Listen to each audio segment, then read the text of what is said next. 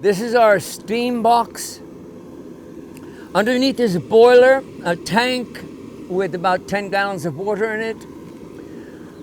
Inside the box is a pipe with perforations that's plumbed into the top of the tank. So we've got steam building in there. Right now we're waiting for it to get to 180 to 212 degrees inside the box. We have wood inside. The rule of thumb is 1 hour for each inch of thickness for the bend. So our arm is 1.5 inches wide and 1.125 inches thick. So it's going to stay in here for a minimum of 1.5 hours. That's that 1.5 inches times an hour, right? So we've got 1.5 hours. I usually leave it 2 hours to be sure it's thoroughly soaked. Does the species matter on that? Is the rule the same no matter the species you're using? It doesn't matter the species. It's good to give it a little extra, but that is the rule of thumb, 1 hour per inch of thickness. The only concern you have is if you run out of water in your boiler. Now I've got a water tap on it so I can refill with boiling water, because you don't want it to cool off. You know, you want to keep that constant temperature. Wood becomes plastic at 180 degrees. So we're steam infusing the wood to bring its internal temperature up to that 180 degrees. In bending, two things are happening. We've got tension and compression.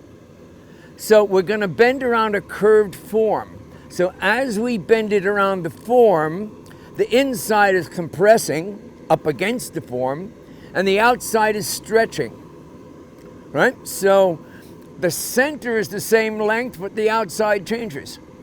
So we've got this slip happening. So grain orientation is important. You want the annular rings to be running horizontal, because the difference of grain density between summer and winter growth, your annular rings, allows for the compression to happen. If you've got your summer growth, which is porous ring, and you squeeze it this way, like squeezing the side of straws, it's going to be able to flatten out. It's only going to be able to move. If you have your annular rings up, you know, you're going against the edge of the annular ring, and you don't get the stretch and compression. So you want your flat grain, right, out so that the annular rings squeeze together as we're stretching it out in the compression, right? So we're squeezing this way. If you've got your rings in this direction, you know, it'll squeeze, but if you've got your rings this way, it won't compress. So when we cut our timber, we look for very clear, straight grain, vertical plank. No knots, no defects, no runoff. So we're looking for parallel annular rings. So when we're cutting our timber for bending, we want to be very, very sure that we've got clear stock. I bend while it's green because there's more ability for the wood to stretch, and we're heating the moisture that's already in the wood.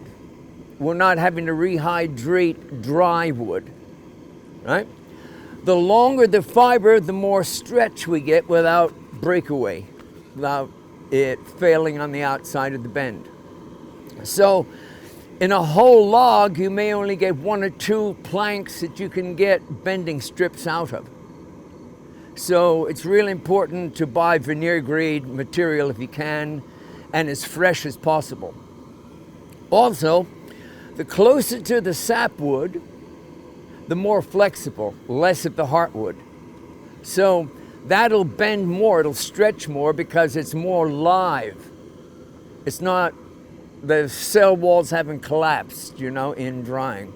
So towards the outside, parallel grain, the sweetest wood you can find, because you can wait 2 hours and start a bend and have it fail on you, and it's a very frustrating thing, you know.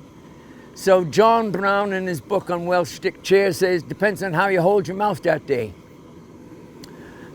Right now we've got a piece of wood in here. The box is not quite up to temperature yet, but when it does, we'll pull it out from the box with gloves because it's 212 degrees, right? I usually tie a piece of string onto the end of the stick so I can pull it out and not reach in.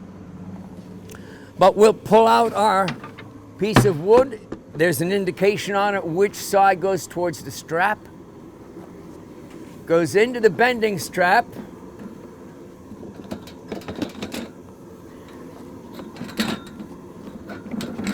And that keeps it under compression so it doesn't blow out.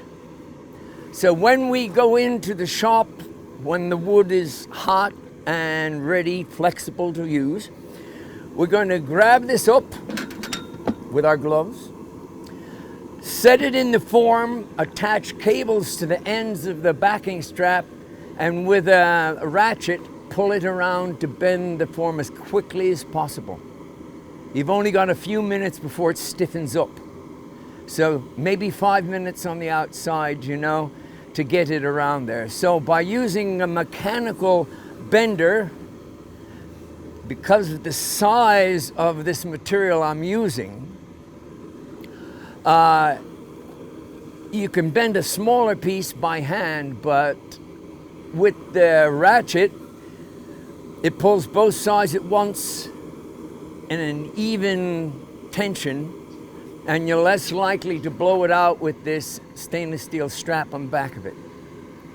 So we're gonna wait. You see steam already starting to come up. The box is now up to 130 degrees. We want it up to 180 to 212.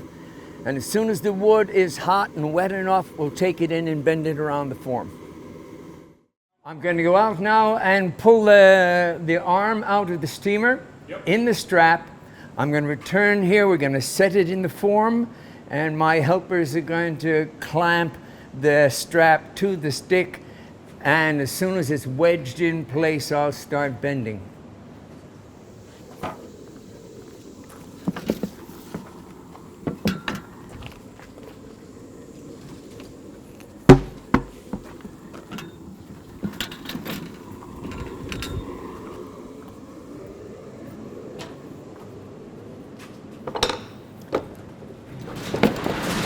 Those wedges go in behind here. This gets clamped on.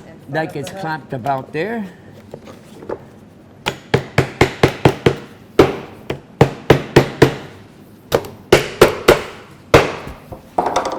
The hook goes on, the cable goes onto that hook on the end. We remove these, get him out of the harm's way.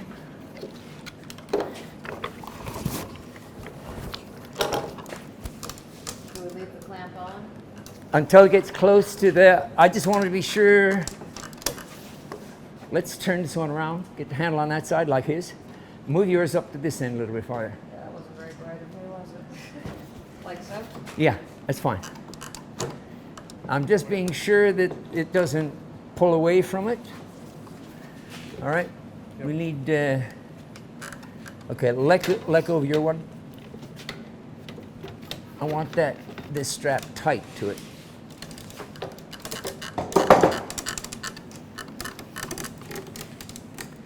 See, this is my concern here, right? Feels like a dangerous place to stand. Yeah, that's what Roy had to say about being like a Queen Anne and a, what do you call a crossbow, you know? Yeah, I do feel like we've got a trebuchet moment going on here. So we ended up having a very good bend so far. Well, you had to say it. Okay, now we've got to bend. It's under compression by the strap. I've stopped it shy of the block, right? About equidistant. That's pretty good. What we'll do is get a clamp here and there to make sure that the arm is flat to the backing. Right, exactly. Now, if we're only doing one, we can leave it on the form overnight, let it cool down. If we're doing multiples, I clamp this down so that it won't expand. Then I'll loosen this and tie it off and take it directly off the form. And that way I can do multiples on the same form without changing the form and leaving it tied up with that piece in it. I'm going to grab one of the ones that is tied up so Yes. we can show that. Mm-hmm.